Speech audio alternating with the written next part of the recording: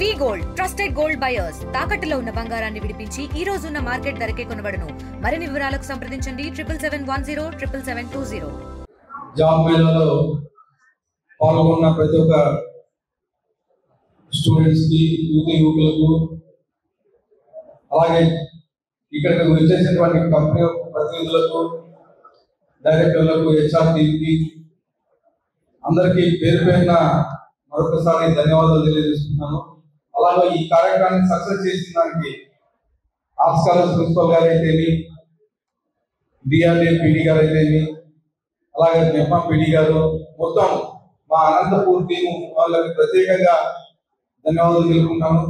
ఎందుకంటే 2024 గవర్నమెంట్ ఏర్పడిన తర్వాత అనంతపురంలో ఫస్ట్ టైం గా జాబ్ మేళా నిర్వహించడం జరుగుతుంది.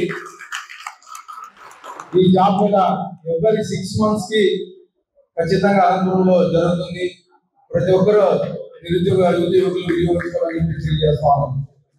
దాదాపు ఈరోజు 5,000 మంది అటెండ్ అవుతే 1,450 మంది వరకు సెలెక్ట్ అవ్వడం జరిగింది. మిగతా ఒక నిరుత్సాహపడద్దండి, ఇంకొకసారి ట్రై చేయండి. అలాగే ఎక్కడైనా కంపెనీస్ ఇవ్వటప్పుడు కానీ ఎక్కడైనా అవకాశాలు ఉంటే నా దృష్టికి తీసుకొచ్చినా ఖచ్చితంగా అక్కడ నేను రికమెండ్ చేయడమో లేకపోతే ఏదో ఒకటి చేసి ఖచ్చితంగా నిరుద్యోగ యువతకి సహాయపడతానని చెప్పి తెలియజేస్తున్నాను. ముఖ్యంగా మన నారా చంద్రబాబు నాయుడు గారు ముఖ్యమంత్రి అయిన తర్వాత యువత మీద ప్రత్యేక దృష్టి పెట్టారు.